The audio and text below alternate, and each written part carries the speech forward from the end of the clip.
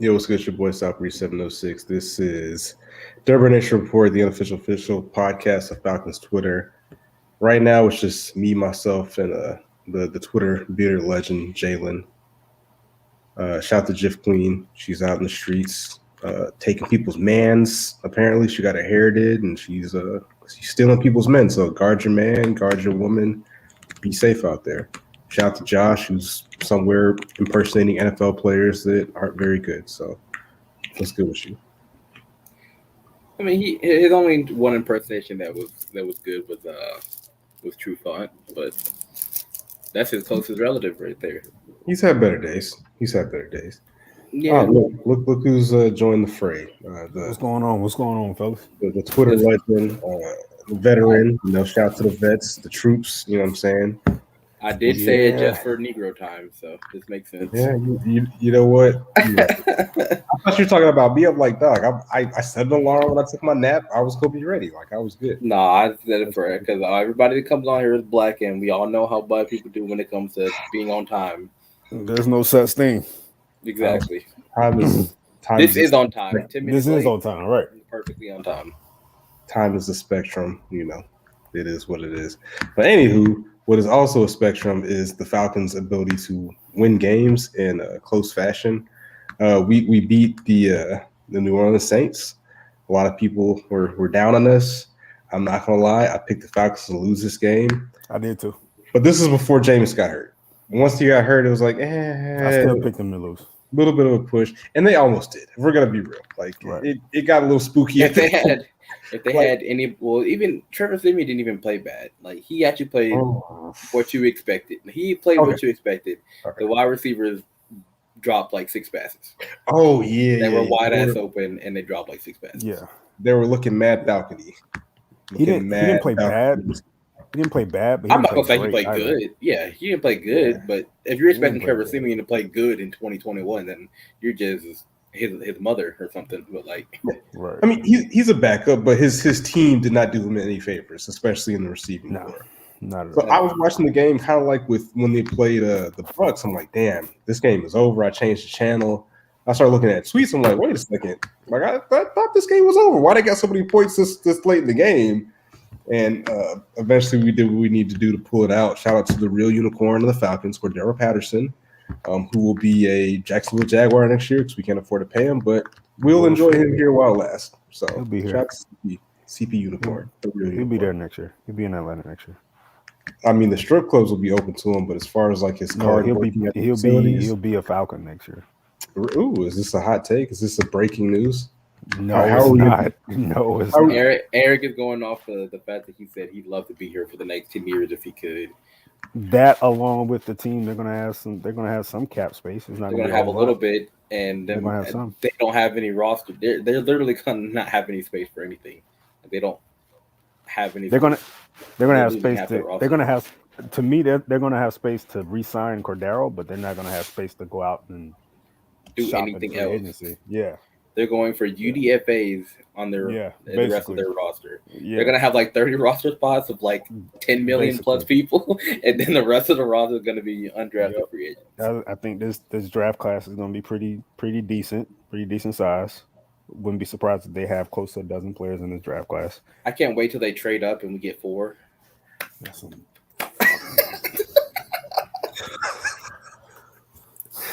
Oh my god! I try to find the tweet, but he alluded to like, "Hey, I'd love to be in Atlanta for the next 10 years," but that's like not my decision, and as it shouldn't be. His agent that he pays a lot of money is looking at the field like, "Hey, bro, like it's cool you getting burned in Atlanta, but somebody's going to hand you the bag if you decide to take it.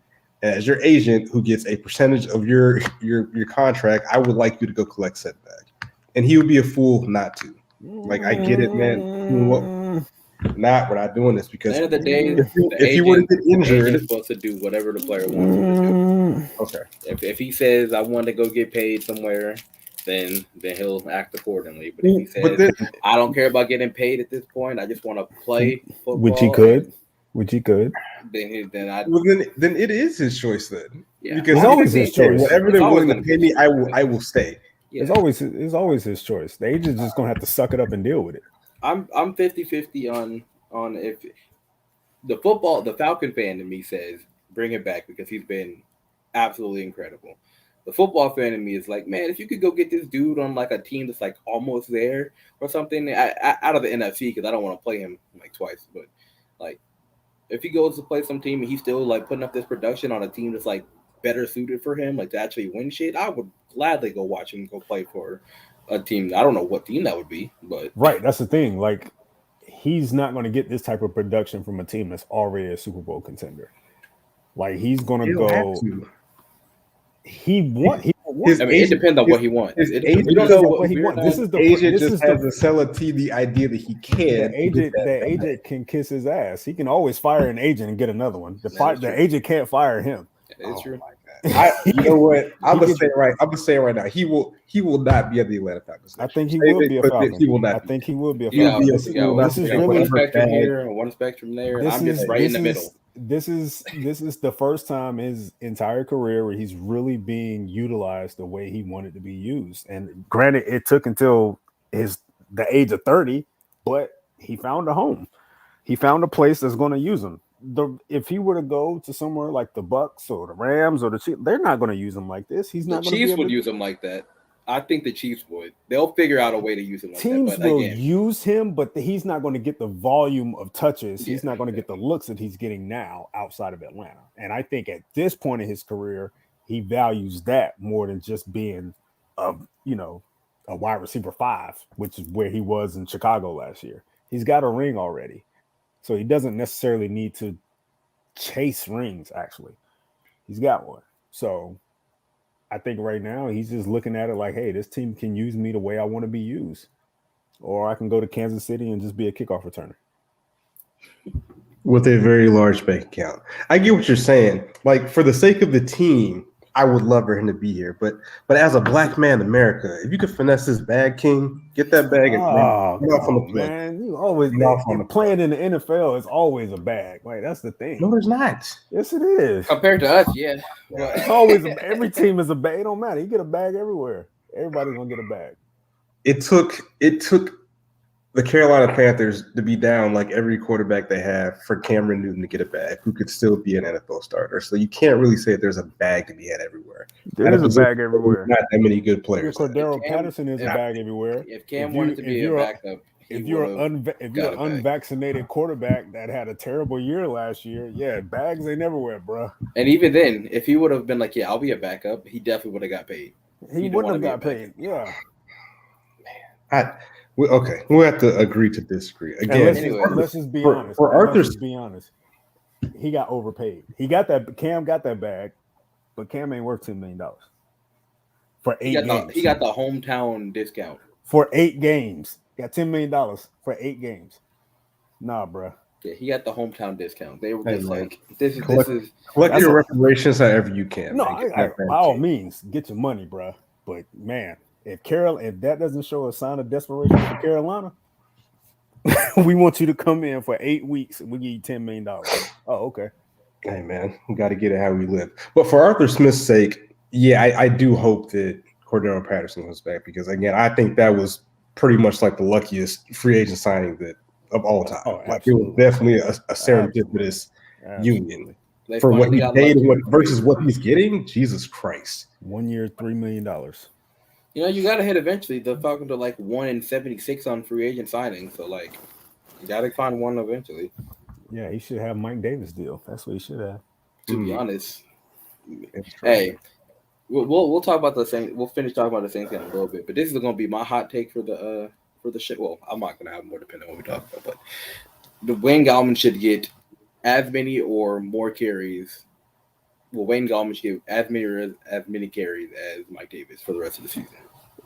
That was a statement that was made yesterday on Falcoholic Live, where we kind of talked about that, and we felt like there's no reason why Wayne Gallman should be a healthy scratch week in and week out, but that's what he is. You're basically not playing a guy on a team that needs a run game, but you're giving a game day spot to a 6'6" quarterback just to. Don't get me started on that. I just remember that shit. He is taking Wayne Gallman's roster spot on game days. For what reason? I have no idea. I just remember that play too. But I'm gonna talk about Arthur Smith because you gotta kill this. Kill this, please. Like, this shit is not working, bro. Nobody. You put Felipe out there. He goes in motion. Nobody pays attention to him. Not one defender looks at him. What are we doing? Literally, unless that is setting up him doing like a double pass or some shit like later in the season or something like that, I don't want to see him splitting out wide, period. Like you said, oh, he can play tight end, blah, blah, blah. He is like 6'6", 170 pounds. What the hell makes you think he can play tight end? Yeah, like yeah, he's pretty fast. He's tall. He has decent like arm length and everything. But like, he's not built to be a tight end. Like no. Like why are we doing this? What are again? We don't know what's going on. I'm not in Flowery Branch every day. I don't know what the hell they be doing in practice, but there's no shot that's like what they were. There's no shot they were like, this is what we're gonna do with this guy. Yeah. This is what we're gonna run. We're gonna unless they're like, oh, we're gonna groom him to be the next Cordero Patterson. Like, we're gonna get our own version of Taysom Hill here. Like, no, like, man, this ain't working, bro. Like I said, every time I've seen him out there and seen him in motion, not one defender follows him. Not one defender looks at him. They already know, like, bro, you're literally playing fucking 4 on. Why like are 7. you out here? Not only that, but then for him to be on the field late against the Saints, running these looks in a situation where you need to string some plays together, like that could have ended in catastrophe. That could have been brutal. The fact that you got this kid in the game, you're running zone read looks with this dude in a close game like this, you flirting with disaster, man. That could have been a scoop and score right there. And I don't get it. He's taking game day spots for Wayne Gallman.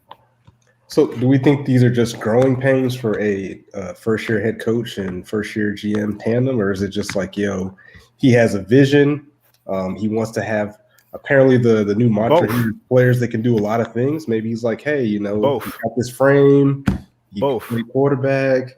Both. Because maybe the next time they do it, nobody follows him, he scores a touchdown. I don't know. Maybe that's his mindset, but yeah. Whatever his mindset is fucking dumb. It is probably a little bit of both, but I'm gonna be honest. I'm gonna be honest with you. I want them to execute some type of play, and I want it to end badly, just so he can see it and say, "All right, you know what? Yeah, we're gonna can this shit." Like, please do a double pass and let it get picked off. Please, just anything, because that's the only way he's gonna learn. This shit is not gonna work, bro. He must be lit in practice, though, if he makes something. I don't put him in motion, let him run out for a pass. Matter of fact, let him run a little drag route against Keanu Neal and let Keanu smack his ass. And then now all right, that's it. We're not going to do this anymore.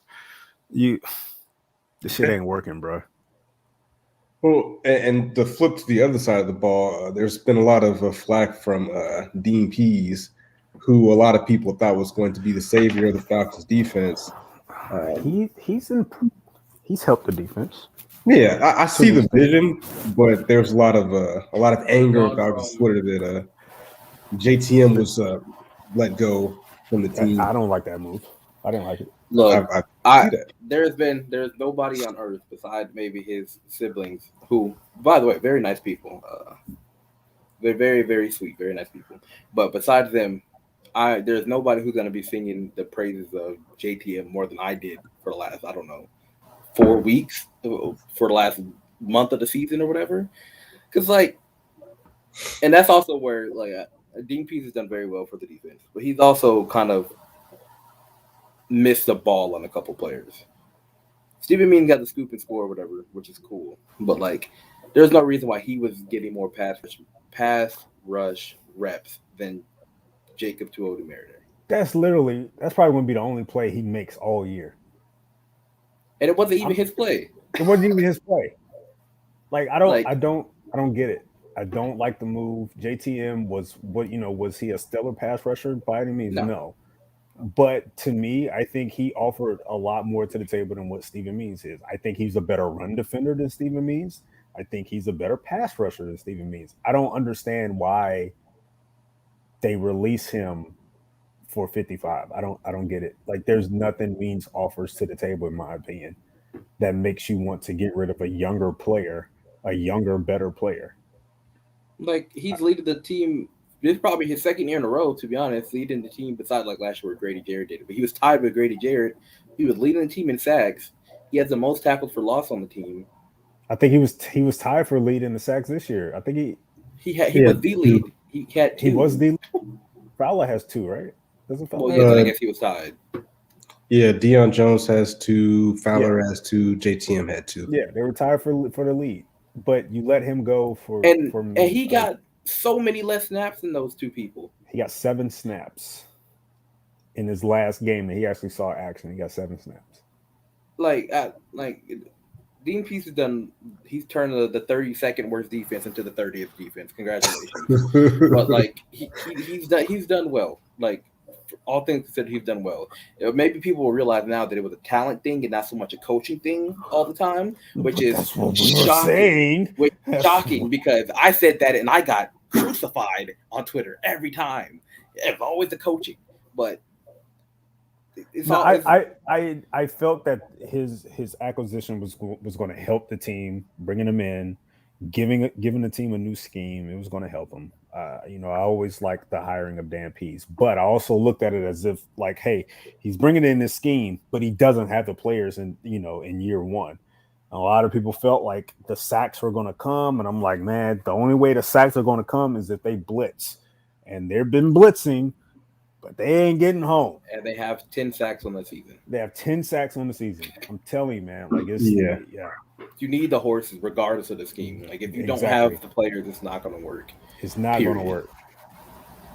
Well, another thing that criticism of Dean Pease is getting is his usage of Richie Grant, who a lot of people are clamoring to see him get playing time for whatever reason. So it's one of those things where it's like, people say like Dean Pease solution, trust Dean Pease, except when he does what he wants to do, and then you question it. Like, again, is there something that he's not seeing in practice from Richie Grant? Is Richie Grant maybe not good? Is he not up to speed? Like, what do you guys think is the reason he's not seeing the field?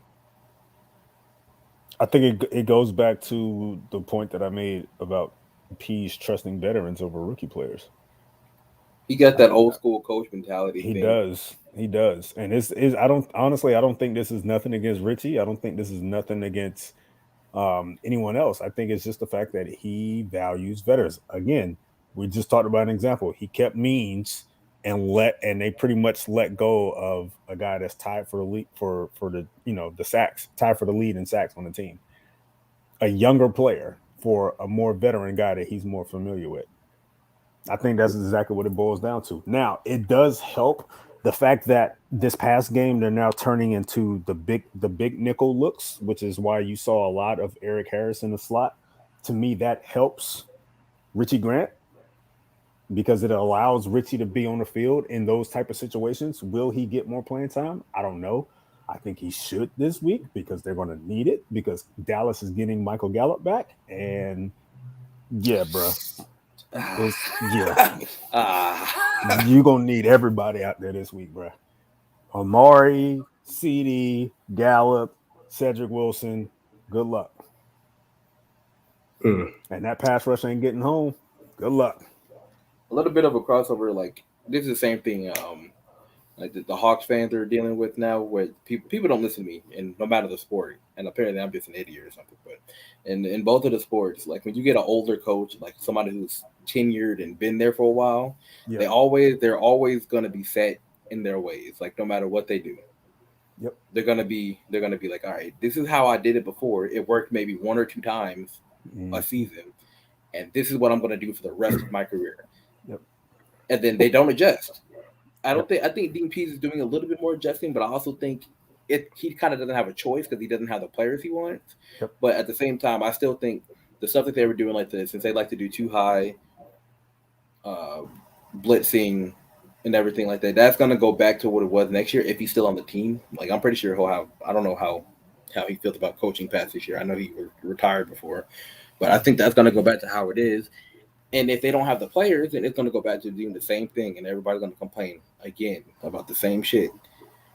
It's just that's what old coaches do. Like they just be like that. So I asked that question on Twitter, like, who is like the co-defensive coordinator? Because like he's hella old, right? Like you just said it. He's probably not gonna be with the team for long term. But if that's the case, this is how he is, and that we clearly don't have the talent. Why do you bring him in?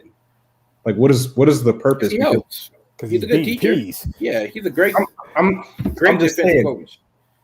To me, that's a very short-sighted way to look at it. It's also familiarity because Arthur Smith is the first-year head coach. He spent time with DMPs in Tennessee.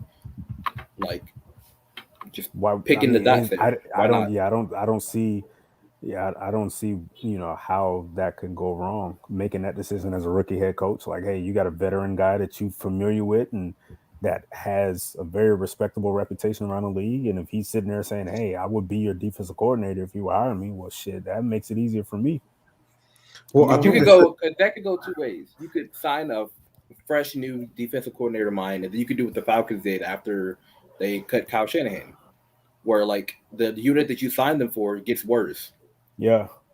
And then you're stuck, and you're over there churning over the roster every year, because you're getting new coaches over and over and over and over, and nobody can adjust because you can't find players that fit every scheme.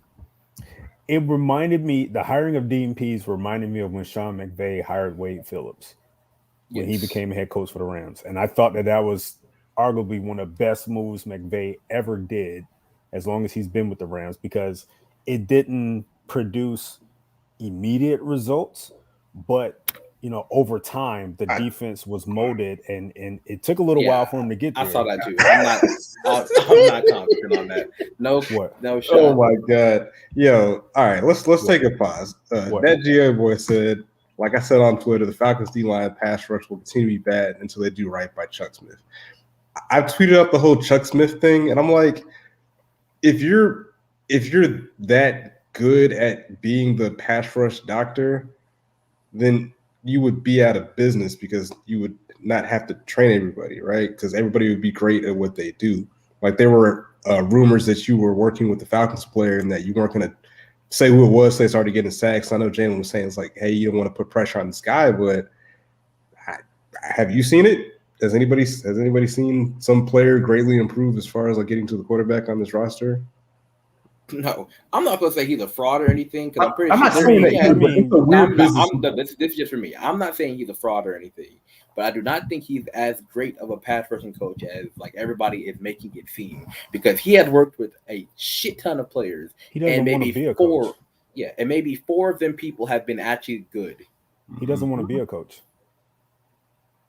We had him on. I'm just saying, they just simply does right. Whatever the hell that means, but we've had him on Falco Live before, and we asked him about that. He doesn't want to be a coach. Yeah, he doesn't want to be a coach. He doesn't want to be away from his family. Yeah, that makes sense. I'm just saying, like, at some point you got to be like, all right, this guy worked with him, didn't work. This guy worked with him, didn't work. Well, Grady worked with him, didn't he? Yeah, but Grady was already a good pass rusher coming out of college. Fair enough. Yeah. Yeah. So, like, I understand, like, if you're a good pass rusher, just working on small, minute details that'll get you, like, to be a great pass rusher. But if you're a bad pass rusher and you're trying to get them to be good, it hasn't worked yet. Like, they're not even being average. Chuck Smith. I don't know. Like, what does he mean by doing right by him? Like, what do you mean? Like, what is that? I want you to name me all of those players, and I will tell you from their college film if they were good pass rushers or not. Yeah, it's just a weird business model. It always seemed kind of scamish to me, but it is Atlanta, so you know how that goes. But yeah, I don't know what do right means. I'd like you to explain. Yeah, like what is that? Does that mean like put him in the Ring of Fame or whatever, or like what does that mean by doing right by him? Apologizing to him? Like what is? Because if the ultimate goal is to want to hire him because of his apparent prowess as a pass rushing specialist, then again, I'm gonna shoot that down because like I said, he doesn't want to coach. He doesn't want to do it. So I don't know what you mean by doing right. That doesn't make any sense. Yeah. But I guess the stability angle makes sense, but with what? With the EPs. But I think they were saying the son is on the staff as well. The son is on the staff, and so I guess that makes sense. He's 100% going to be the heir apparent.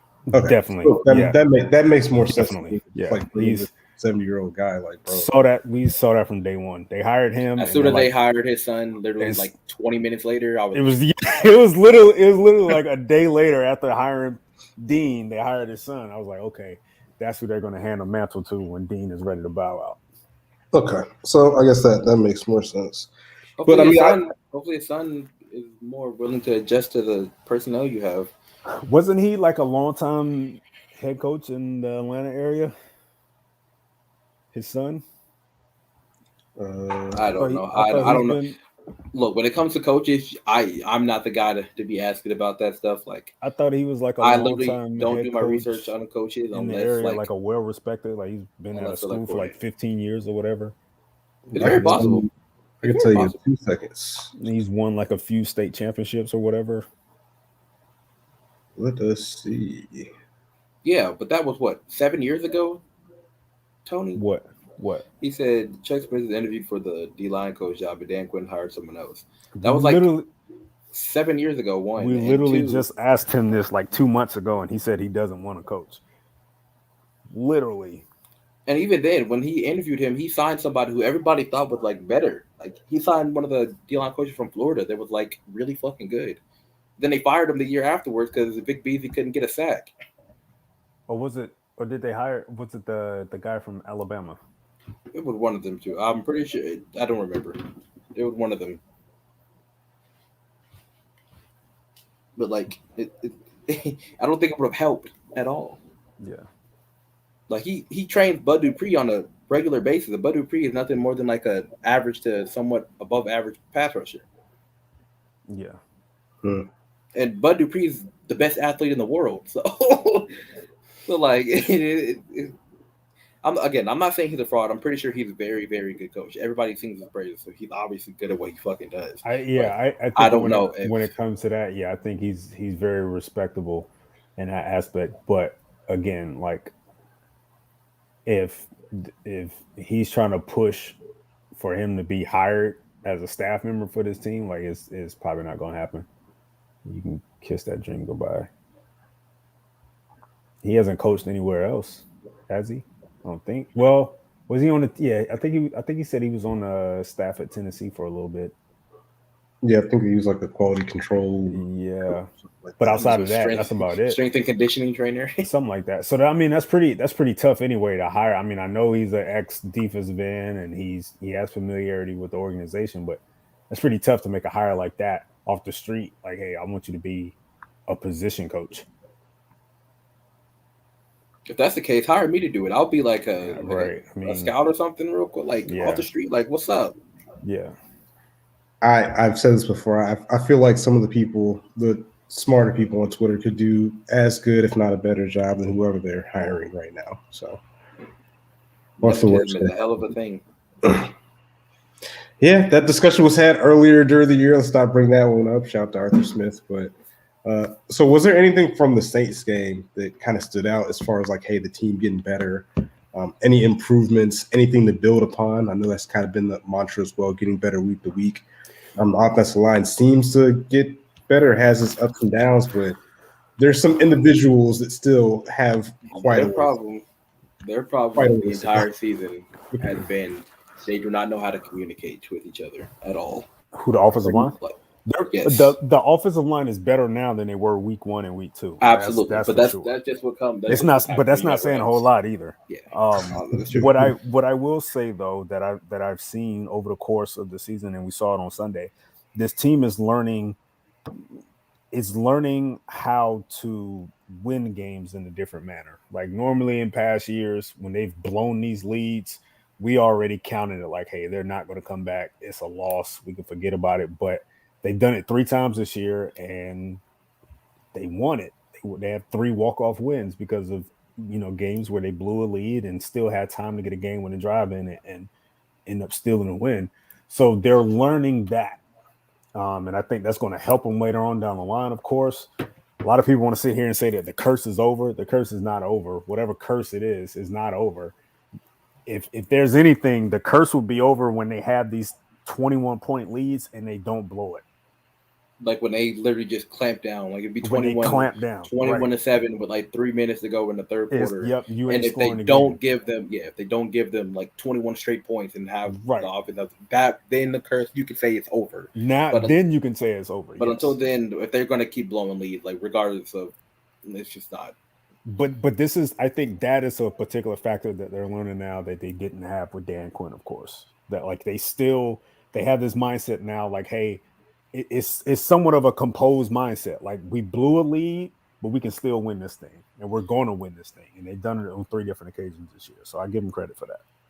Granted, they were against 3 of the worst teams in the league, and then the team that was injured and they didn't have a quarterback. But again, everybody's injured. It doesn't matter. It shit happens. You won the games. You win games. There's that secondary. That Saints defense was intact, and they still went right down the field and scored. Let's be honest here. Fuck the Saints, as you see my name right there. Oh, absolutely. Fuck the Saints, but nobody has thought that secondary has been good in like 4 years. I, for one, certainly have it. I mean, they have it, but still, I got to give this team some type of credit. Yeah, like, you can give them credit for sure. Like, I'm not. Again, this is not being like, oh, the Falcons just fucking suck, or like, and the Saints are just injured. But I don't give a shit about the Saints. I hope they had the same opportunity last year, the same opportunity at home against the Saints to get a game-winning drive, and they couldn't close the deal. Absolutely. My views are a bit more cynical, but let's keep it. Again, I didn't. Again, we were talking about the O-line. Their biggest problem is they don't know how to communicate, because when it was just straight up 4-on-4, you pass off this guy, it's fine. Like 4-on-5, somebody doubles, it's fine, it's cool. But as soon as they started blitzing or sending one extra person, the entire operation fell apart. And that's what happened when the offense went like 3 and out, like 3 straight possessions. They couldn't do anything because the O-line didn't like pick up blitzers in the right way. They didn't slide in the right protection. The play calling was that. Look, again, we'll talk about Arthur Smith in a second. Trust me, he's on my shit list. There you go. He's being conservative. He's on my shit list, but stop doing again, that, the O-line will get better. As something like we haven't really heard too much bad from Jalen Mayfield all year. I think Jake Matthews gave his first sack of the season this year, and it was because the play took 76 seconds. But like, they're playing better. It is what it is. Tajay Sharp decided to show up to be somewhat decent. Pitts got his touches. I'm not complaining about him going 6 for like 76 yards. I'll take that every fucking day. Don't care. But if we're going to talk about it, we sing his praises all the time. But Cordero Patterson, despite him getting 64 yards on 1 catch, godsend. He's so good. He's so good at everything. Caught every pass that was thrown to him that game. He was like 6 for 6. So good. And Matt Ryan, Matt Ryan threw some pretty ass ball. Like every single one he threw to Cordero Patterson was like he was throwing to Roddy White. Again, that's literally where like people keep throwing up possession because they wear the same number. I don't know. He kind of did look like Roddy White on that last play. I ain't gonna lie, but it's probably because of the 84 and then the dread swinging and stuff like that. But still, like it's just Cordero is a very unique chess player. That, to be quite honest, if anybody wants to sit here and say that he's the quote unquote wide receiver 1, I'm not going to dispute that. I guess you can say that. Sure, the real unicorn. Have to say it. Yeah, you can say it. That man's a monster. I'm fine with it. That man's, he's a mismatch everywhere. Everywhere. Defenders are scared to hit him. I don't blame them. Yo, yeah, man. I'm like, God damn, like, go for tackle. I'm like, nope. I don't want none of that. Defenders, he's 6'2", 235. Defenders are scared to hit him. They don't want none of that. Why is Jalen frozen? I have no idea. Okay. Oh, damn. Didn't pay his energy bill this month. But yeah, defenders are afraid of him, man. They're afraid to hit him, and he embraces that. He enjoys that physicality, and him being on the team, of course, it kind of elevated the offense slightly, because if it wasn't for him, we really would be looking at Pitts and hoping that Russell Gage can give us something. He finally gave us a game. Yeah, definitely. Even though he almost drop kicked the Saints defender in the face, but it is what it is. You gotta stop with that hurdling shit, bro. That was whatever that was the worst.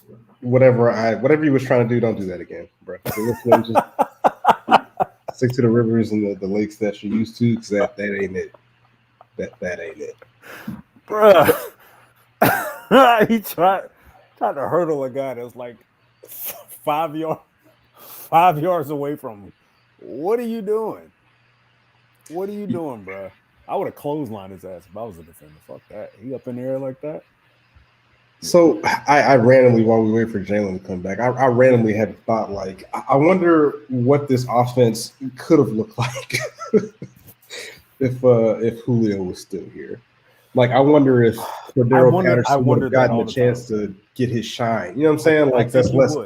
I think he would. But I wonder how this offense will really look all the time if Julio was on board. And if Julio was still on his team and able to stay healthy, man, I'm sorry, this offense would have been dangerous, man.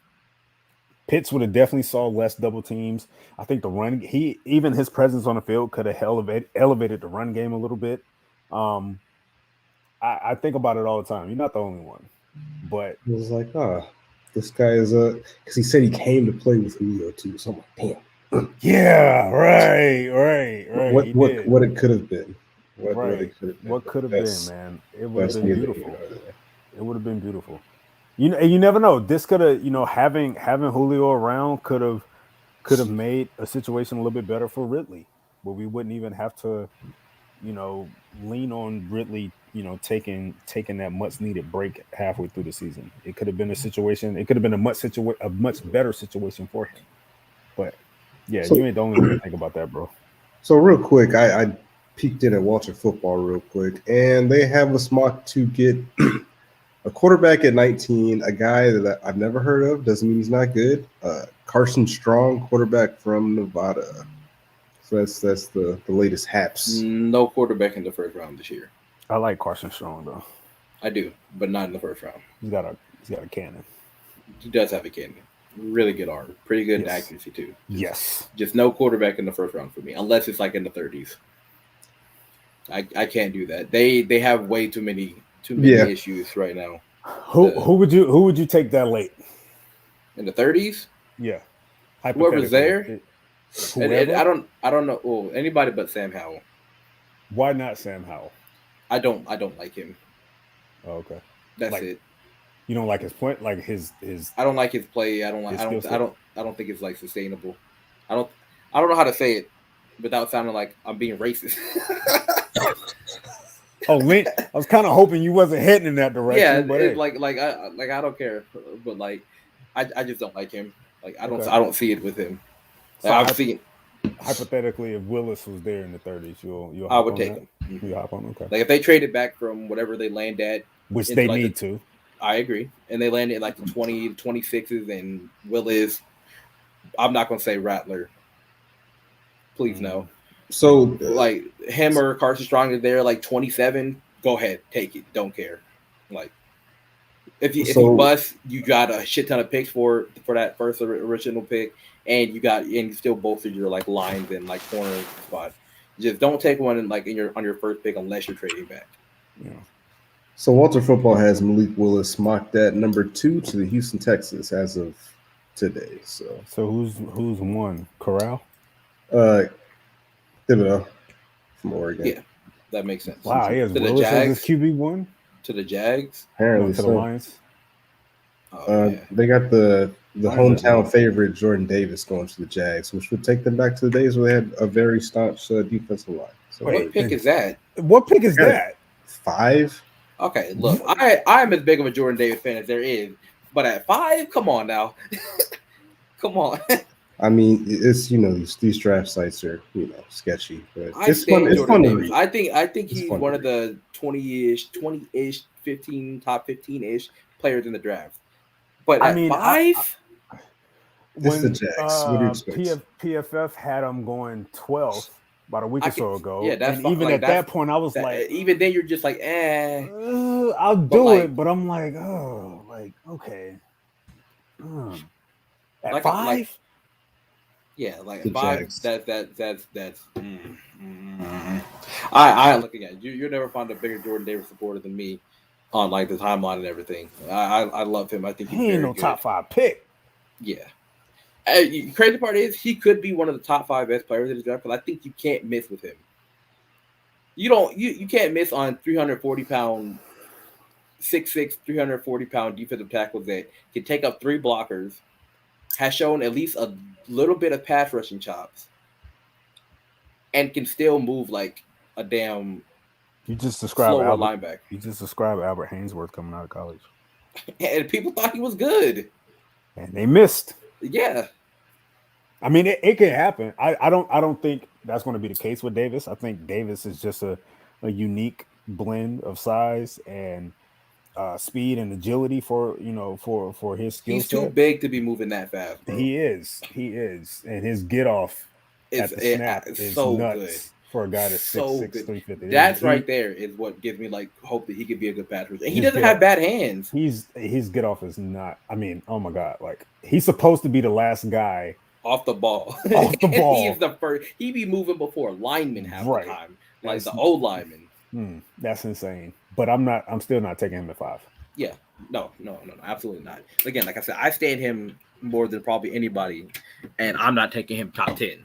I'll take him at like 10 to 22 because that's probably where he's gonna land, depending on like where you pick next in the draft. But no, not at 5, absolutely fucking not. That's just astronomical. Yeah, you said the Jags, and I was like, all right, so they have a top 4 or 5 pick, and then you said Jordan Davis. I said, wait. Yeah, well, you know how this goes. The wheels will turn until they stop turning. Yeah, I'm not buying that. I'm not on that train. Can't do it. So let's get back to Arthur Smith. I know there was a little bit of disgust with his leadership and decision making at times with this Falcons offense. But I mean, before you go scorched earth on him, like fam, he's literally working with nothing. If we're being, he has nothing in the cupboard, and he's still managing, like you guys said, finding ways to win games. So I see the vision every time. He's working with nothing because that is his and Terry Fontenot's fault. Ooh. Oh, okay. Yeah, there were some free agents out there. Oh man, yeah, man. Not even just free agents. The fact that they knew Julio wanted out, and the most they got for him was a 2nd-round pick. And then it was like, yeah, we'll be fine this year. Didn't go, and then they've had multiple chances to bolster their offense. They were just like, nah, we don't want to do it. So, and before you expound on that thought, it's like I thought about that too. It's like, hey, we're sitting at 4-4. It's like, hey, what if we had made some of these free agent signings early in the year to bolster up the O-line, or like a lot of people were clamoring for to pick up, another wide receiver that could stretch the field. Now we're in a position where the new thing on Twitter is like, hey, if the season ends today, we'd be in the playoffs. So what if we had those additional pieces to help us continue to push towards that? Because like you said, it's any given Sunday. People get hurt, shit happens, people fumble, any given Sunday. So just having more talent on the roster could at least make you feel a little bit better about the prospects of possibly, making a wild card debut, which would be great for, the confidence of the team, the coaching staff, the franchise. But it just makes you kind of scratch your head, like you guys with the Felipe Frank thing. Like going into the conference finals game at fucking 6-11 and getting their ass beat by the Rams or some shit. That gives me so much joy. Nah, man, believe, baby, believe. That's not what we're doing. We got that. Is that the picture still up? Hashtag believe. Nah, man. I'm not. I've maintained the entire year that I think they will win 5 to 6 games. I say they're at 4. I said it was going to be like 7 or 8 when Julio was there.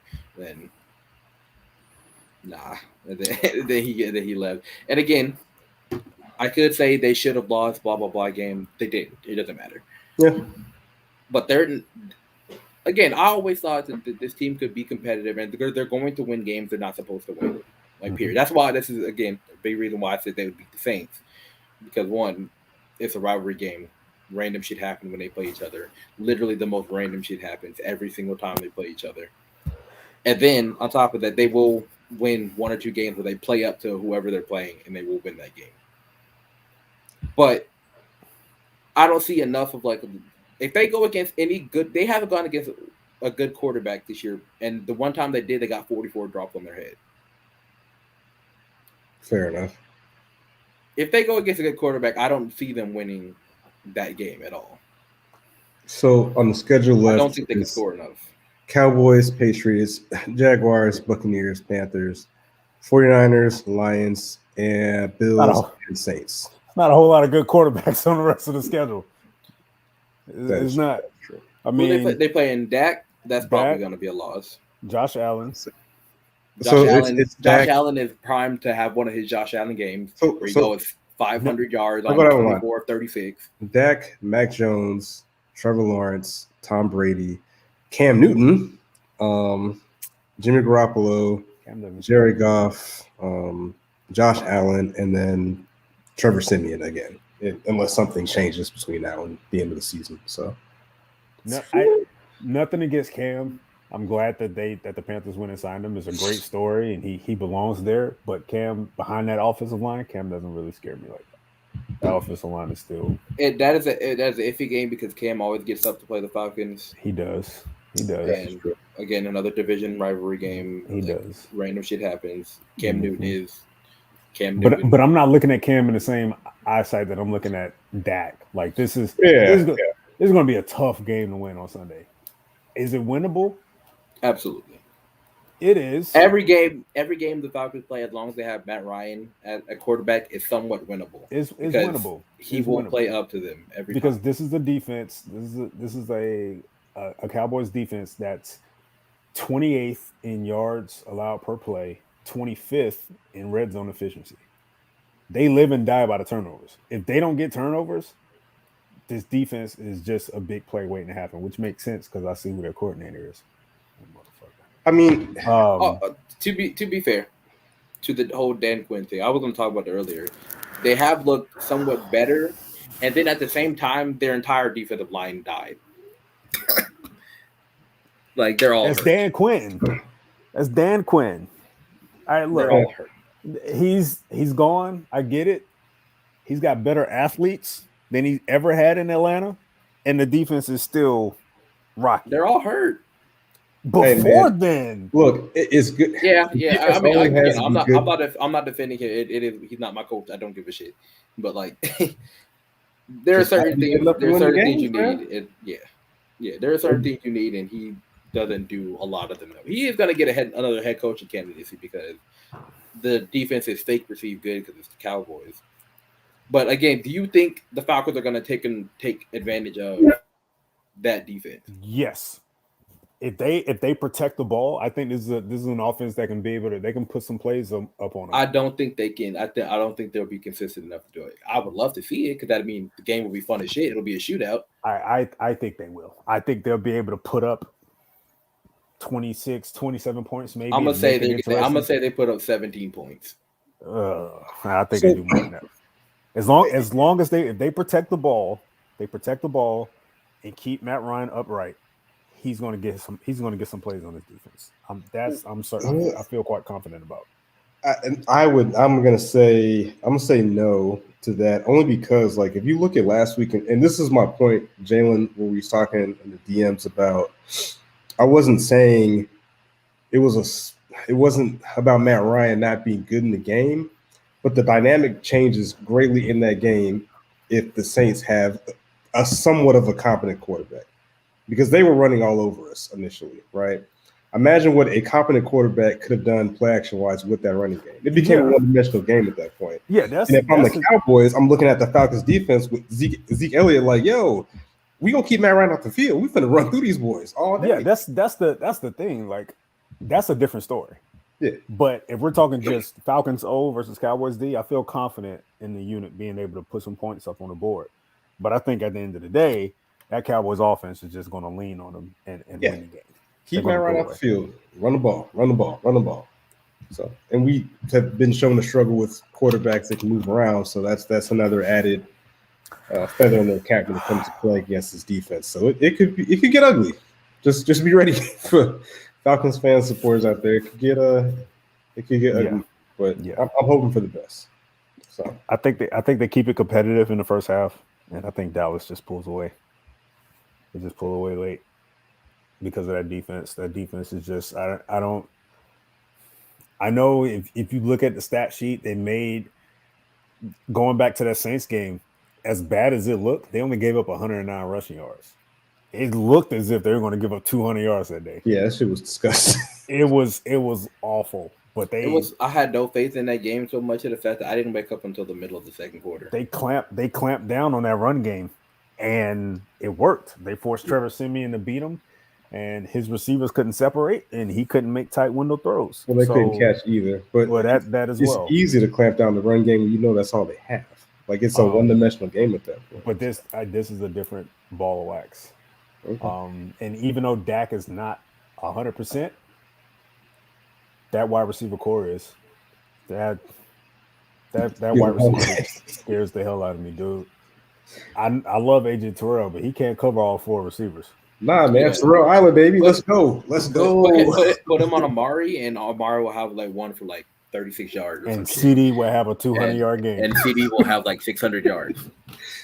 Oh my god! Somebody track won't matter. It just, like I said, it just made it worse that Gallup's coming back. I'm like, God damn! They already tough enough to cover. Like now you're running Darren Hall, who has fucking 30 snaps on the season guarding this guy. Like, good luck.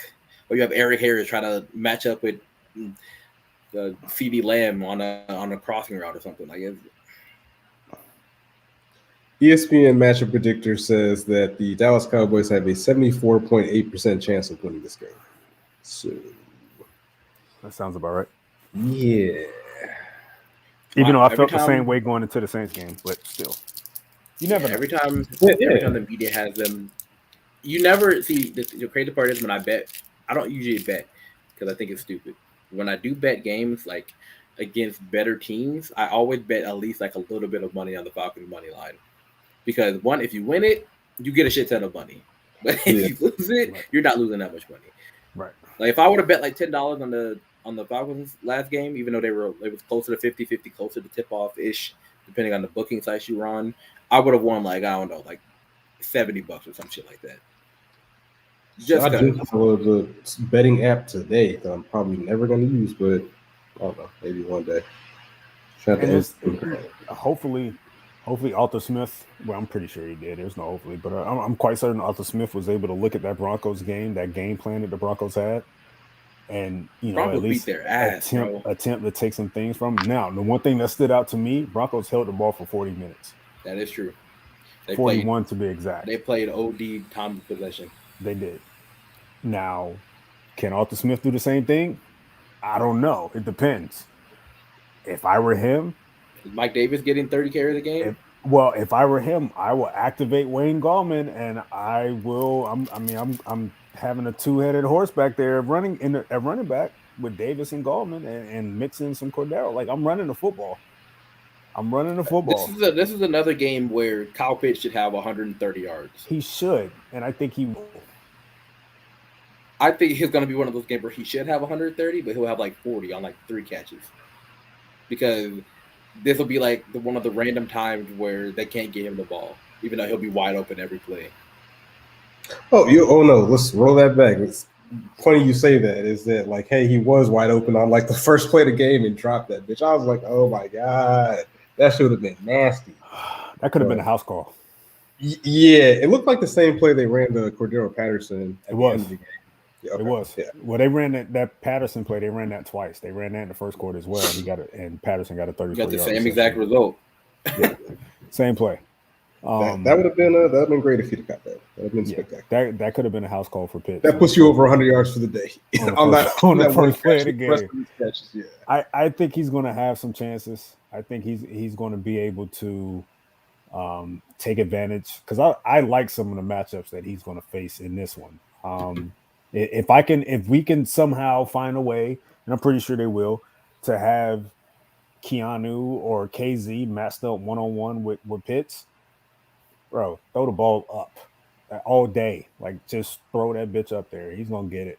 I like the matchups that they have. That's why I feel quite confident that if they're able to just, secure the ball and keep Matt Ryan safe enough, they'll be able to make some plays. Because I don't think on the back end, I don't think anyone can really cover Cordero one-on-one. That includes Trayvon. I like their chances. But on that defensive side of the ball, man, These jokers can't get home. They can't get home to Trevor Siemian. They can't get home to Taylor Heineke. They can't get home to, these to even Tua. Well, we can moving on to the next point then. They did like 4 roster additions and subtractions, and they brought up Anthony Rush, who I see Tony's talking about a lot. Like that kid. I do. I like him a lot. He's probably gonna, if he plays well the rest of the year, he's gonna take he's gonna be what Jordan Davis would be for the Falcons. He gives them a true nose, yeah. Which takes him out of the running for that, which is right. Painful for my heart. Right. Painful for my heart. But luckily Georgia had a bunch of actually really good defenders on the roster this year. So yeah. We can get one of them in like the 5th round and I'll be decent. I'm not one of those people to be like, go sign Georgia players. But like they actually have dogs on their no pun intended on their roster. So yeah, I like this kid. I think he's a raw piece of clay, 6'5", 350. And the most impressive play of the game by him was his hustle on the fumble recovery. The guy sprinted 25 yards, man, for a 350-pounder. He didn't block anybody, but he was bucking it. And that's what I like to see from guys that are just, you don't expect a whole lot from. So they signed him. He's on an active roster. They gave him Sanat's number immediately. They took that ugly ass 71 off of him and gave him 94, gave him a decent number. So we'll see. I think he might be able to be a nice puzzle piece for this team. They signed him, and then James Waters got the strip sack for the fumble. Yeah. I don't know anything about him. I have never heard of his name until training camp. Practice squad guy. And creative part of the practice squad guy did the best pass rushing move of the game on the Falcons side. The only pass rushing move of the game. Now I don't know if they're getting Fowler back. It would definitely help if they're getting Fowler back this week. I think they'll play it safe with him, and they'll play him next week. But if they play him this week, he was back at practice this week. He's probably on a limited basis. Yeah. But he was back at practice. So they say he has a new brace on as well. So I think y'all are right. He's got a brace on. Yeah, he'll get his legs back on him and probably come in next week. So yeah. So he'll probably play next week. And even then, like he was playing better before he got hurt. Wait, that's a short week. It is a short week. Yep. They got the Patriots next Thursday. Yep. Huh. That's gonna be the ugliest game ever because the Patriots defense is legit good, and I don't trust McCorkle. Oh, I thought you was gonna be an ugly game because they're gonna bring up Super Bowl 51 every 10 minutes. That doesn't affect me anymore. I don't. Oh, it doesn't affect me either. It's just annoying as hell. They're gonna bring it up, and I'm gonna be like, "Oh, nice," and then that's it. That'll be it. Like I don't give a shit anymore. They can bring it up all they want. Like I understand why they're doing it. It's helping them get ratings and shit. So don't care. It is what it is. Move on. It's been like 7 years. Move on. It's the easiest bait online for them if you need any engagements. Just tweet that out, and Falcons fans will get deep into their feelings. You say something about somebody's team in the first season, say it's 28-3, like they didn't just get their ass beat by 60. Like get the fuck out of here. Yeah, it happens. You got fan bases like the Lions, who's never been to a goddamn Super Bowl, talking about 28-3. Like, bro, seriously, they can barely make the fucking playoffs. Get the fuck out of here. The team just went 0-16 like 6 years ago. They might do it again. Get the hell out of here. They might do it again. You're right. Nah, you want to hear something crazy? I don't think it's gonna happen, but this would be the funniest shit ever. We play the Lions, right? Oh God, I see where this is going. If they beat, that was the one team that the Lions beat the Falcons off of like some godlike Jared Goff performance. Burn it down. Pull the plug. Nah. Oh my God. Yeah, Falcons. Typical team.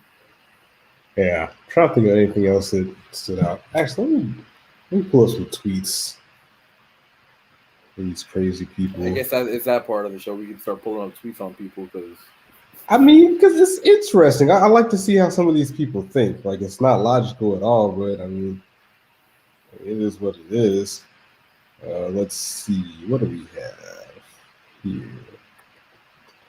Oh, so I know me and Jalen talked about this, but one of the homies on Twitter, C1 Music, tweeted out. I'm assuming this is who he's alluding to because he's a Falcons fan. He tweeted out that Q is back with a like heart emoji face smile, referring to I believe Quadre Olofsson.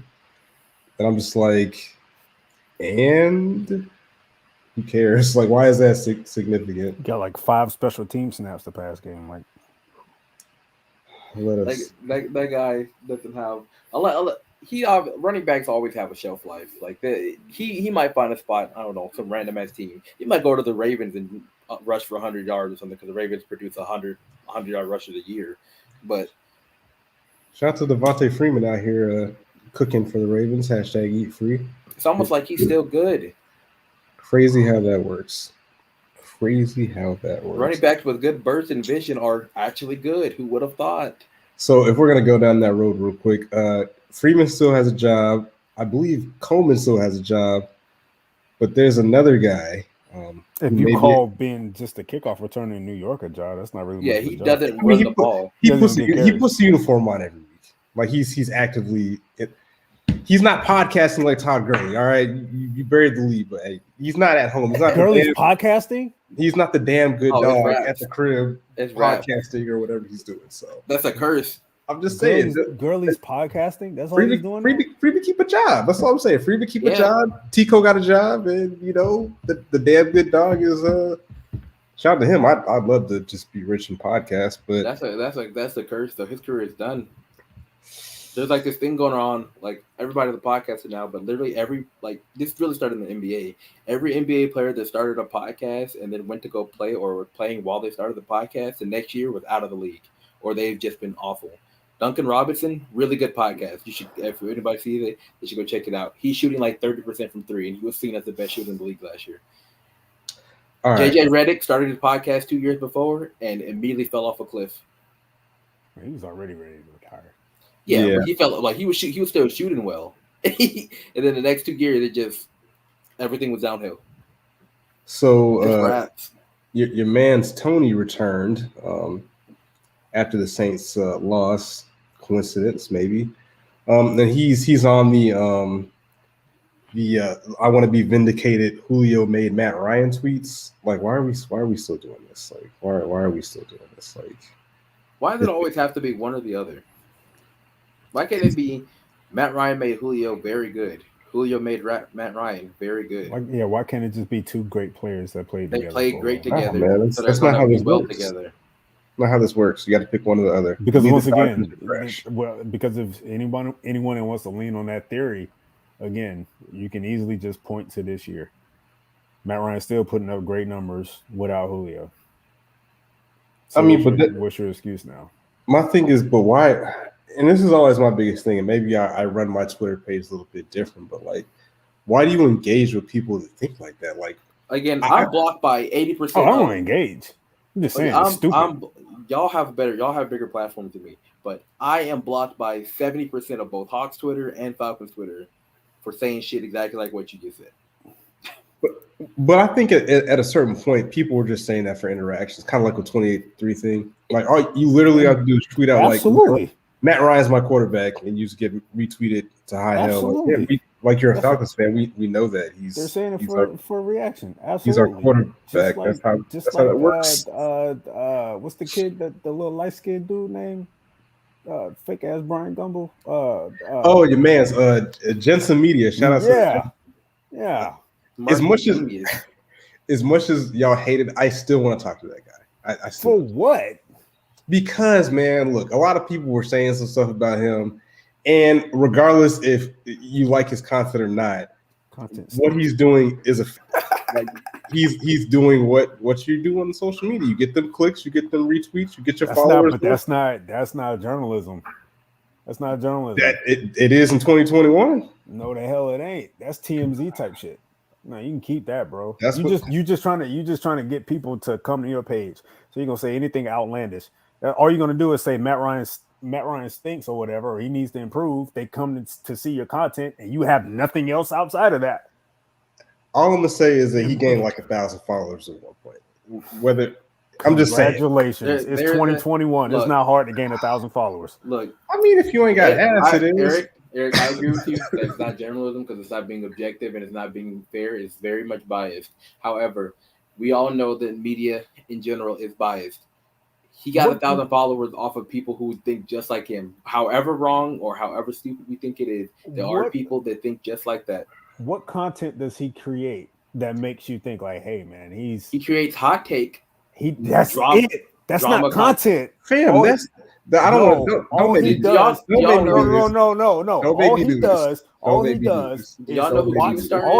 is watch a game and say this player played great. That's not producing content. Do y'all know who Keemstar is? Who? Keemstar.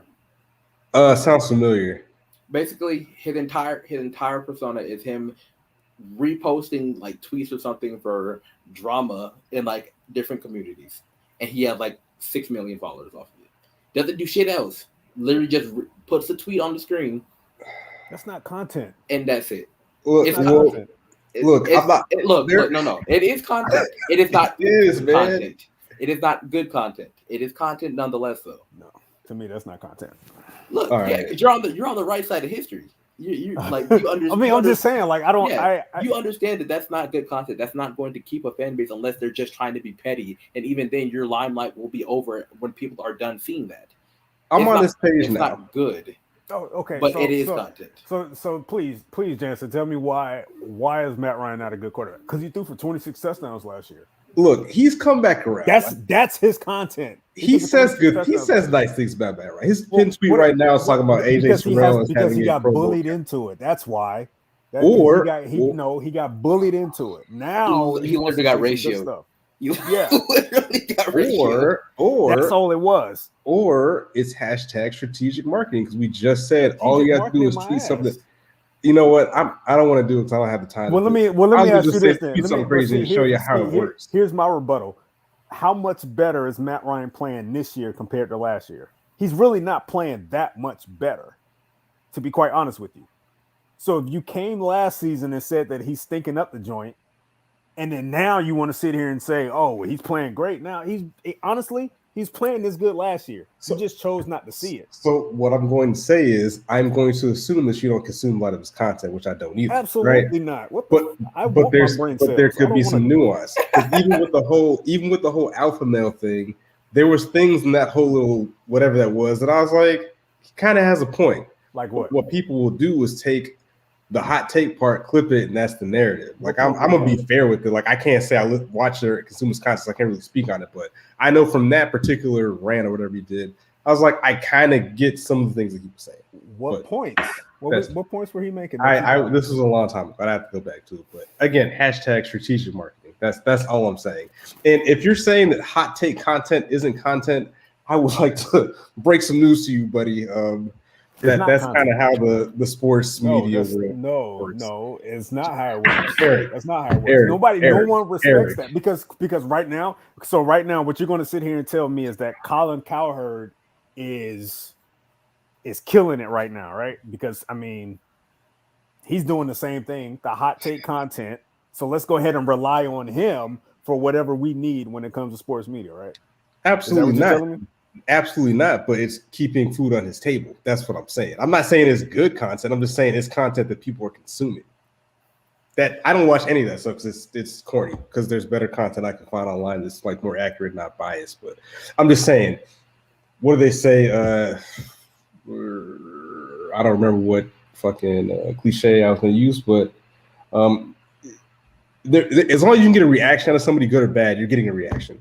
You're getting that click, you're getting a retweet, and somewhere they monetize that. So, but that's neither here nor there. We went off on a tangent. Real quick, there was an interview, I guess, with Arthur Smith, where somebody thinks that he is trolling Dan Quinn, where he said Dan Quinn is one of the best and most genuine guys in the business. As far as defense, they play a lot of man and give multiple looks, but they play fast and physical, and they'll be ready to go. So, do you think that is a troll, or do you think Falcons fans are projecting? Because you're 4-4. We're not good enough to be trolling. I think they're projecting people. Yeah, we're not good enough to be trolling people. Because the stuff that he said, the first thing he said about Dan Quinn being one of the best, like I genuinely believe that. Everybody who has ever talked about Dan Quinn has said that. Literally everybody. And then with the fast and physical shit, that's literally he's probably just playing off what Dan Quinn says. Like, I don't know if that's trolling or anything. It's just what Dan Quinn says. That's how they want to play. That's what they're going to do. That's just how it is. But that's they want to make that a thing. I'm like, whatever, man. Again, I don't understand. I don't understand why. A lot of fans have it, but a lot of Falcon fans always have this us versus the world media. Like, gotta be vindicated at all times. And I'm like, you're not always a victim in every situation. Like, unless you make yourself the victim. Like, I don't think that like he was throwing any shade or any slights. I'm pretty sure half the people who if they want to throw shade, you will know they're throwing shade. Yeah. One tweet from a couple weeks ago from Uncle Mook, Grady Baby Monk. He said, "Amazing how easy Pitts be catching the same Matt Ryan over the shoulder deep passes that Julio and Ridley made look difficult as fuck and be dropping." I thought I think I remember saying that. Who said that? So who said because that? Grady, what's his name? Uncle Mook, Grady Baby Monk. Oh, I don't follow him. I mean, I saw it. I never really understood the point he was trying to make, but okay. He was basically saying that Matt Ryan and Kyle Pitts is a better overall weapon than those two, and that Matt Ryan has better rapport with. I mean, if he was trying to specifically pinpoint the over the shoulder catches, I mean, Pitts is 6'6". He's 6'6" with the longest wingspan with longer arms, so it's probably it's literally like cupping a right. Like it's easy. Big ass fucking hands. It's a lot easier. It's a lot easier, right? than a 6'1", 190-pound wide receiver trying to catch it. Yeah, it's a bit easier. So I don't know what point he's trying to go with there, but okay. And you can't really say that about Julio because Julio did it for 10 years. He did. Well, they always go back to that Carolina Panthers game. That's the one they always reference. Yeah, the one catch where he should have caught it. Can we go back to the Bucs game back in, what was that, 2015, when he caught that over the shoulder for the touchdown? He juggled it and still caught it for a touchdown? The 56-14 game. Yeah, that one. Or how about any other game in history where he literally caught that over 3 people? Like, I don't understand the point. Like, what was the point of you saying that? Well, I don't get it. Yeah, what was the point of you saying that? Now you trying to say what? Julio can't catch? What are you trying to imply? Hey man, I'm just saying this is the stuff I see on my timeline. I'll be like, mute, block, mute, unfollow. Like, life can't be this bad for y'all, man. Like, I'm going to enjoy every time that the Titans win. Just retweeting people saying Julio must be miserable right now. Like, no, they have the best record in the league. they're like, why did Julio go to who said that? I think did Turbo tweet that out? I still don't trust him. I think he did. He's like, I still don't trust Tannehill. Yeah, I don't trust Tannehill. Yeah, well, it's going to be a tough road that Derrick Henry's on now. It's a lot easier to trust Tannehill when you have AJ Brown and Julio with him, though. To be fair, fam, it's a lot easier for everybody in that bum ass division, dog. Like, that division is a cakewalk, dog. Like we said, any given Sunday, you have an opportunity to get at least to the dance, and then you see what happens there. You know what I'm saying? He could have a Julio come back and have a Anquan Bolden like run the playoffs with him and Joe Flacco and the Ravens, and that's all she wrote. Like, that's all you need. Get in there and get hot. And we know Julio has the ability to do that. So I don't know if Tannehill has the ability to do that. That's the thing.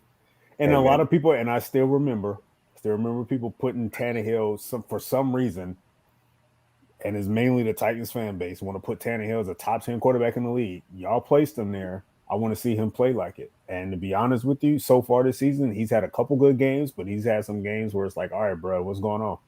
You top 10, right? Like, a lot of people are saying it's because he doesn't have Arthur Smith either. So I think that's a reasonable case to be made for him. To be fair, he has looked, as their coordinator has adjusted, he has looked better. They have been looking a lot better the last couple of weeks, especially because they don't have Derrick Henry to lean on. Consistently enough for you, though? It's only been 2 weeks. I can't say. Give me like another week or two, and I'll let you know. Okay. I mean, that was something that I never really trusted that about him anyway, about his consistency on the football field. He looked great last year. Don't get me wrong, but he had a lot of factors going in his favor. This year, He's got a receiving core, but he lost his play caller, and now he doesn't have a 240-pound running back behind him. Let's see how he really does. Yeah, this is literally, we'll see.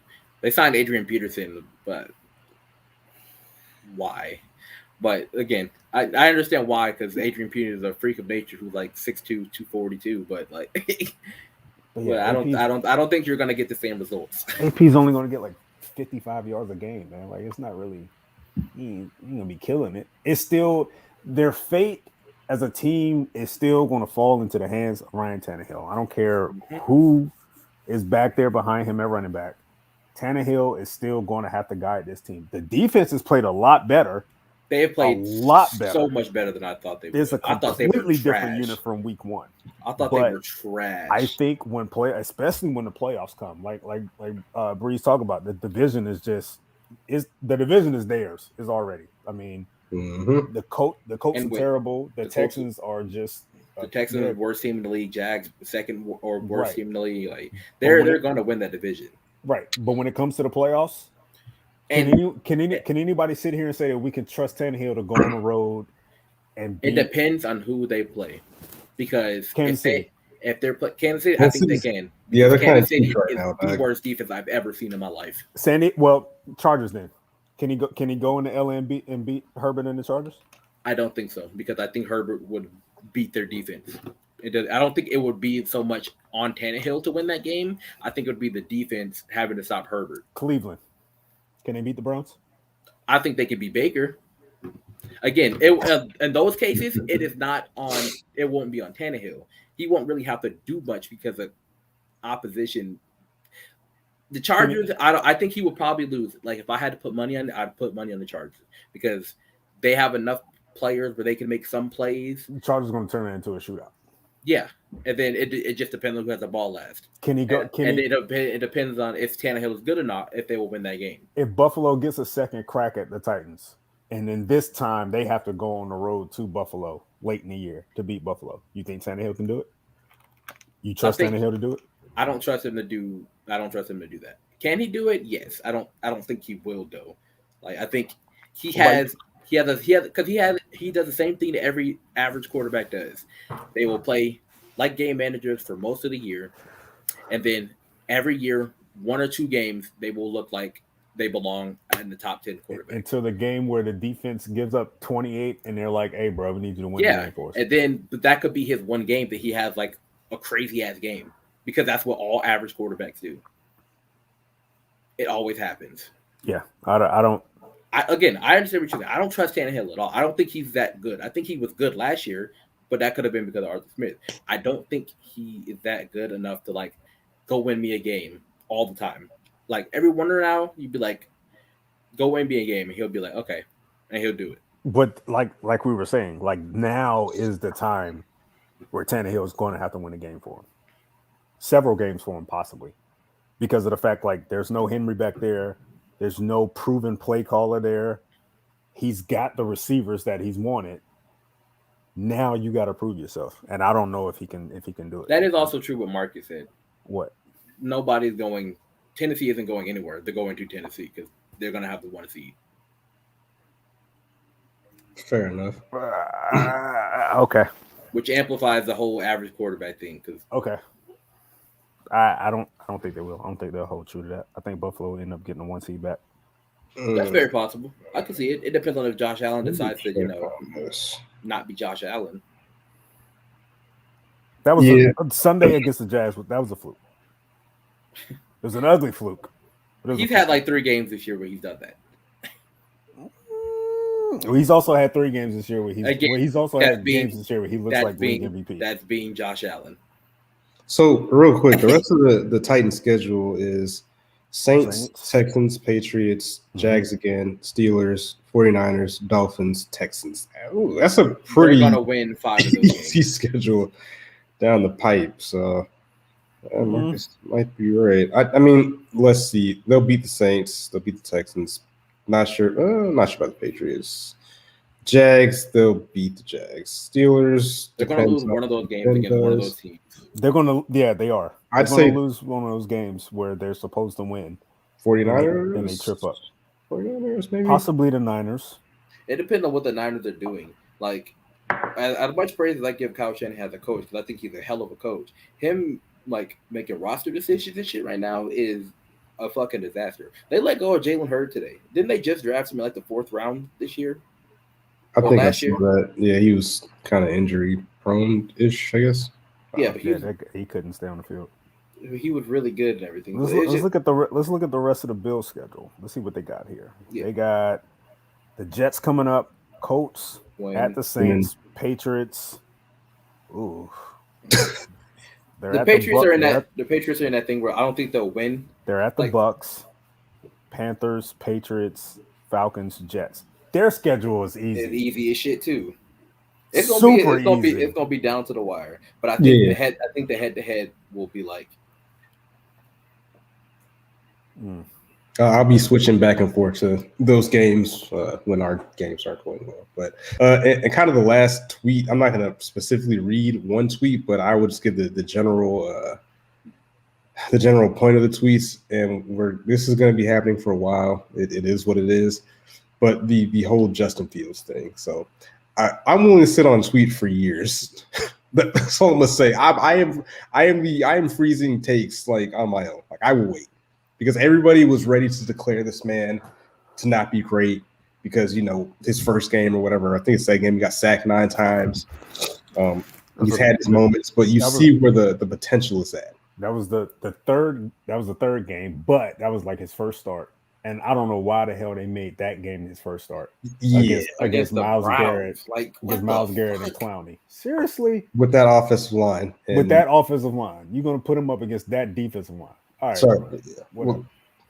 They're setting him up. They don't like him. I'm rooting for Justin Fields because, of course, I think he can be a very superior quarterback in the league. He has the skills, in my opinion. But I think the first domino that needs to fall is Matt Nagy needs to go. There's no way he's going to be successful long-term in the NFL if Matt Nagy is still his head coach and calling plays. That scheme is ass. Yeah. That scheme is terrible. Okay, it doesn't do it. It doesn't stress defenses. It doesn't force defenses to play multiple coverages. It is a pretty watered down offensive scheme, and you're not really allowing Justin Fields to be Justin Fields. So, yeah. Imagine buying a Ferrari and never doing more than 50 miles per hour. What's the point of even having? That's exactly what he's doing. Yep. I will maintain. You're just driving a Ferrari to the grocery store and back. That's all you're doing. I will maintain, as I did on draft night, if Justin Fields even becomes in the top 15 quarterbacks at any point in his career, it will be the Falcons selecting Kyle Pitts will have been the wrong pick. Just in general, just because that's how that works. Again, I have nothing against Kyle Pitts. I absolutely love Kyle Pitts. He is exceptional. Again. So you feel all it takes is that type of development for Fields to justify taking him over Pitts. If Kyle Pitts ends up putting 2,000 yards in a season or 1,500 yards 3 seasons in his career, then you can have the argument. But it won't matter if he doesn't have a quarterback. But even the idea, and again, you say that, and Falcons fans are immediately going to jump down your throat. But we're not just Falcons fan supporters. We love football. We love seeing good players play. If Kyle Pitts wasn't on the Falcons, I'm like, hey man, dude's still a monster. I'm not gonna not say he's good. We see the potential with Justin Fields, and it's just damn, that could have been here. So. And I'm rooting for him to be successful as well. But the idea that people want to compare the production of a quarterback and a tight end is absurd. And a tight end. It doesn't work like that. How do you compare? How do you compare that? They have 2 different sets of responsibilities. Jobs, man. My thing is, because of how different Kyle Pitts is to the tight ends in today's game. If he continues his upward trend, and if he's year in and year out mentioned in the conversation as either the best tight end in the league or a top 3 tight end in the league, I think it justifies taking him at 4 because again, there's just certain things you can't you when you make selections like that, you make selections like that to give you an advantage on the field in many situations. And I think because of his potential, there's plenty of games that they're going to have with Kyle Pitts on the field where nobody can touch him. Nobody can cover him one-on-one. It just give it time. I think it's going to play out that way, and I think he's heading in that direction. You know, I still believe that there was a reasonable case to be made that Kyle Pitts was the best player in this draft, regardless of position. And if that's the case, how can we? I can't sit here and say, man, that was a bad pick at 4. If I think it's possible he could be the best player overall. Better than Lawrence, better than Zach Wilson, just best player overall, talent-wise, just pure talent-wise. I can't sit here and say taking him at 4 was a bad idea. But to double back to what Jalen said, like you can be talented, but if you don't have a quarterback to get you the ball, then it's for naught. You know what I'm saying?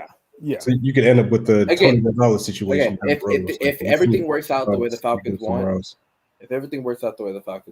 they will have taken Pitts. And maybe either next year or this coming draft or the year after that, they will have taken their quarterback of the future. Mm-hmm. That's if everything works out perfectly fine. And that quarterback develops. And that quarterback ends up being actually good. Right. Everything works out fine. Right.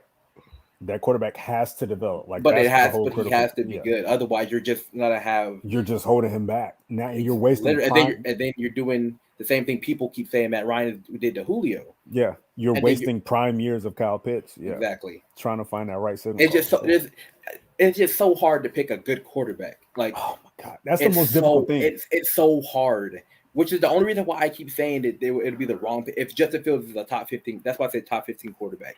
It's so hard to find a quarterback.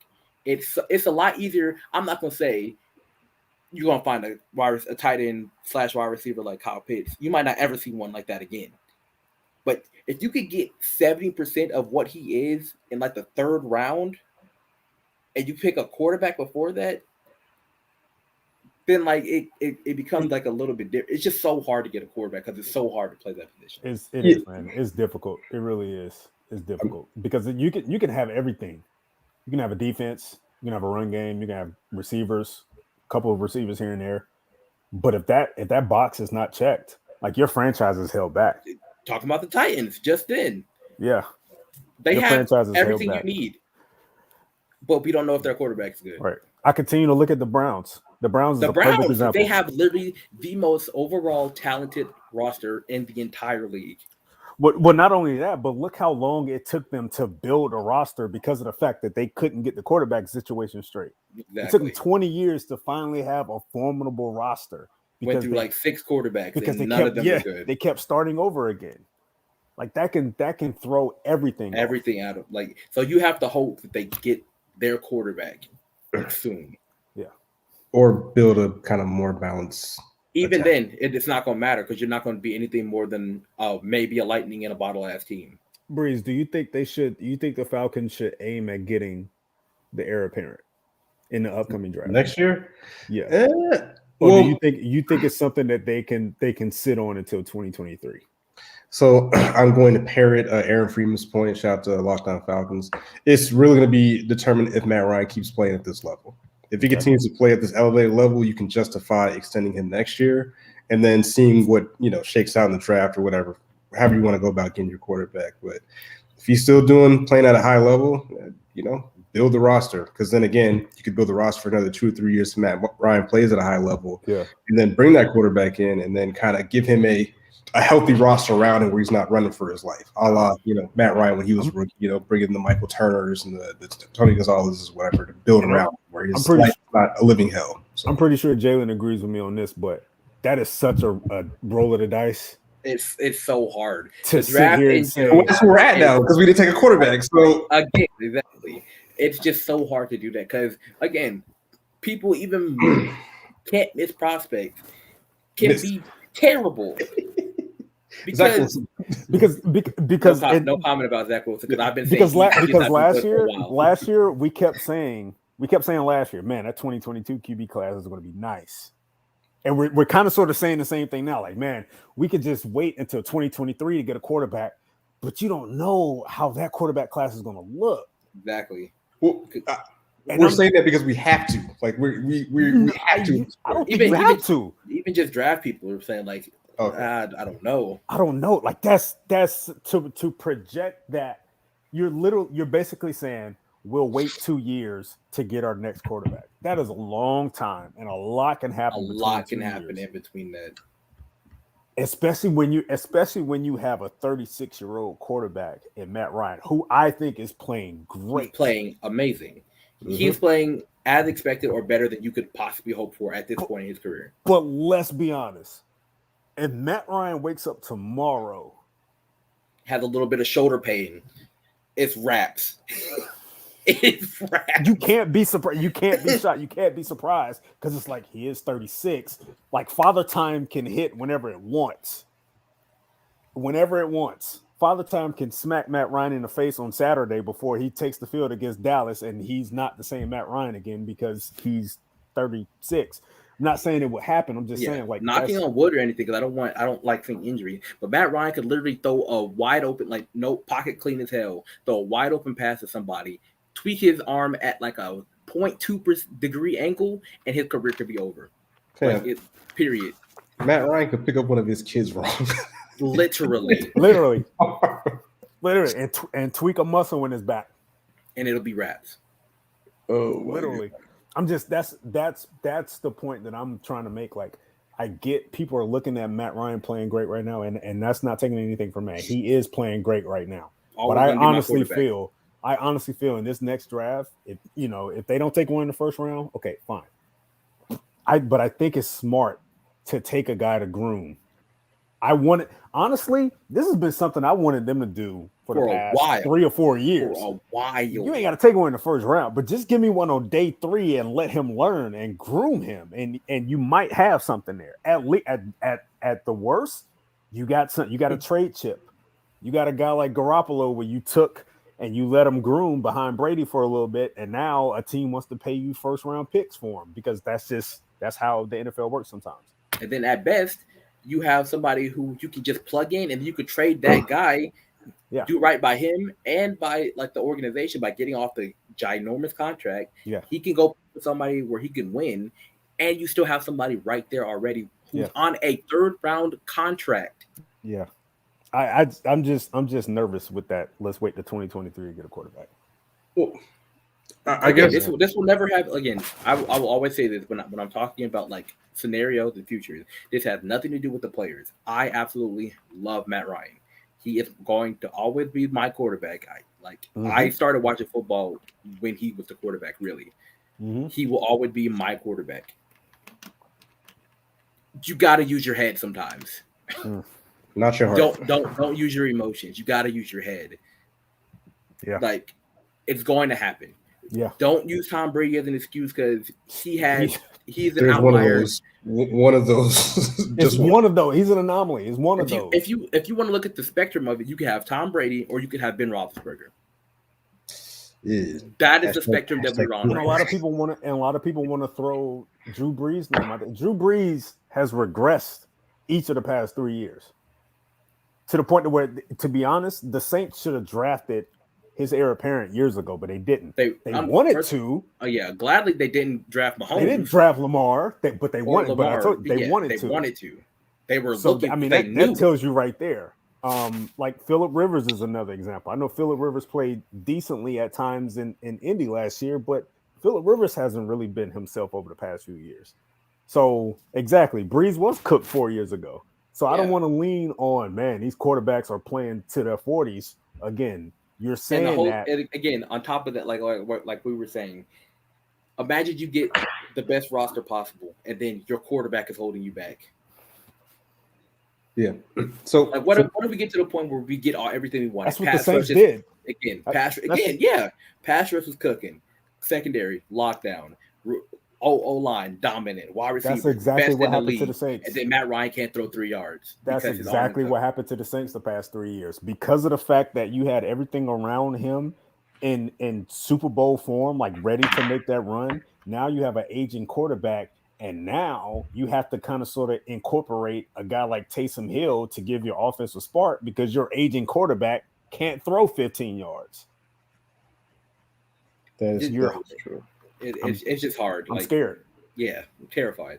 So for every time he gets hit, every time that he gets hit, I cringe. I'm just, oh shit, like that could be it. Luckily, he's tough as nails and he gets the fuck up and he does not give a shit. But when his hand was bloodied in like 2 weeks ago, whatever, I thought it was his throwing hand and I thought it was over.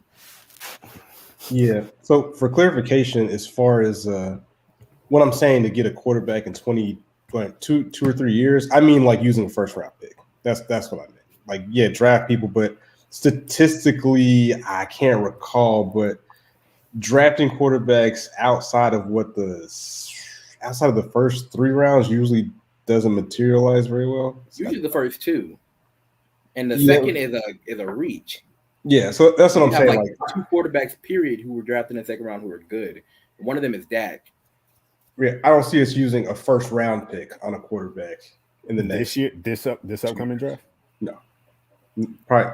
Again, if Matt Ryan is playing well, you're going to say, "Hey, let's keep." We're going to do that dumb shit they did last year. They're going to be like, "All right, well, we can just punt on quarterback like it's not the most important position until Matt Ryan falls off a cliff." I think the approach is still going to be the same this year as it was last year. I think not necessarily BPA. I think they're going to have interest in a quarterback, but I think it depends on how the draft falls. I don't think they're going to sit here and go into the draft saying our main priority is a quarterback.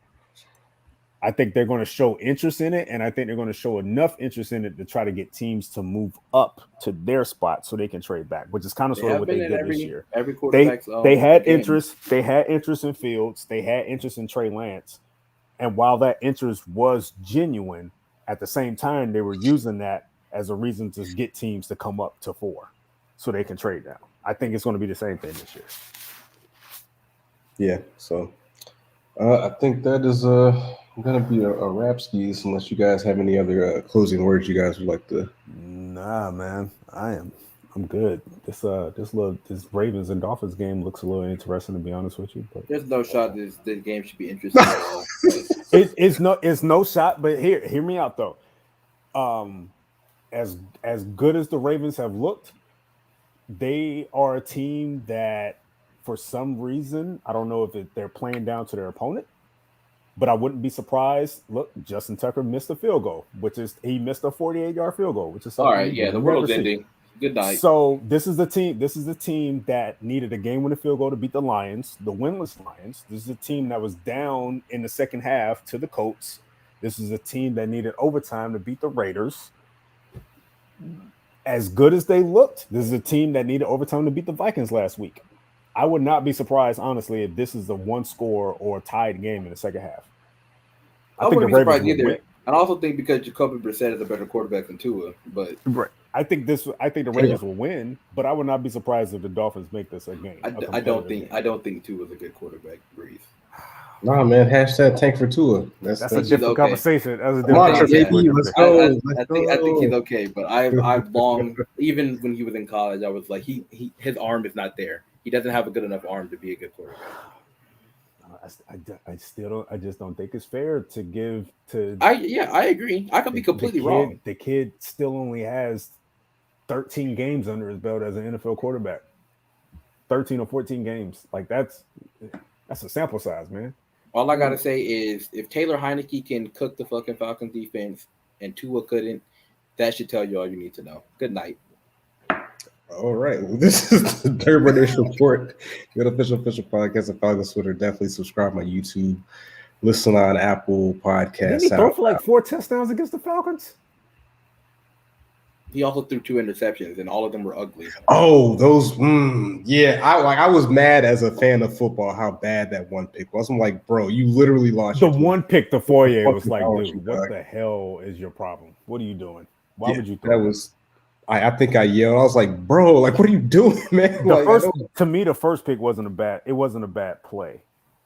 It wasn't a bad play. I think Hawkins actually just made his instincts kicked in, and he made a great play on that one. But that was right after a turnover from the Falcons, I believe, and he gave it. It was literally a turnover. He threw a pick, and then the Falcons threw another turnover, and then he got a touchdown. Yeah. Anywho, shout out to Jiff Queen, wherever she's at, doing whatever she's doing. They threw for 291 and 4 touchdowns. Yeah, our defense is 32 or 40. Hella cheeks.